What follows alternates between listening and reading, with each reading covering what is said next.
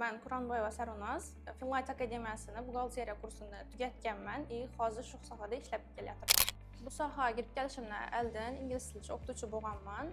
Men shu ijtimoiy fanlar sohasida ketaman deb o'ylaganman.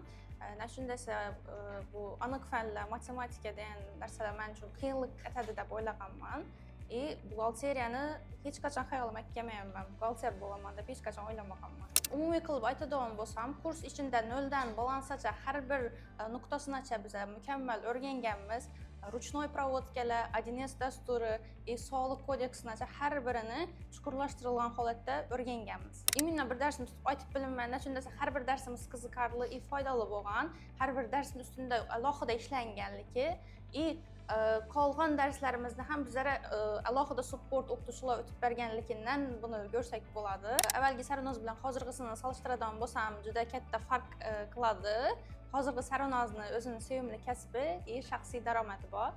Agar siz ham meni tengdoshim bo'lsangiz, bu sohani o'rganishni siz ham tavsiya qilgan bo'lar edim. Men uddaladim, sizning ham qo'lingizdan keladi.